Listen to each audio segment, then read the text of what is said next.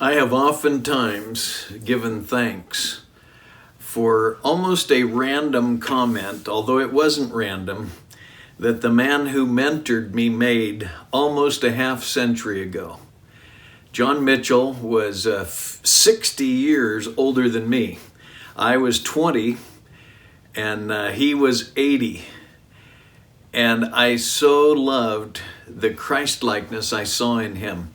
I was sitting under his Bible teaching. I had never heard anything quite like it. It just brought the Bible alive for me, and I was thoroughly enjoying it. And I thoroughly trusted him. I just appreciated his heart so much. It just came through as he opened God's Word. And he said one night, he said, you get well established in Romans, and you're well established. Well, that really caught my ear and caught my heart, because it was the beginning of my ministry. I was starting to evangelize and talk to others about Christ, and I wanted to be well established.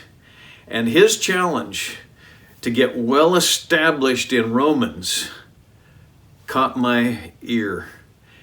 And then he followed up by saying this: read Romans 50 times. And I thought, did I hear him right? 50 times? He said, read Romans 50 times and you will be established in a way you can't explain. Well, I so liked what I saw in his life, and I was so hungry that I determined, I said, I'm going to do that. I was living alone at the time, and over the next 2 months, I purposed to read Romans every day. And I would sit down and just read through the book in one sitting. And I didn't try to figure it all out. I would just read it through. It took me a better part of an hour to read Romans in one sitting. And I found over a period of time that my life began to change. I began to understand the gospel in a new way. The argument that the Apostle Paul was making started to open up for me, and I didn't feel dependent on others telling me what Romans said. I was seeing it for myself.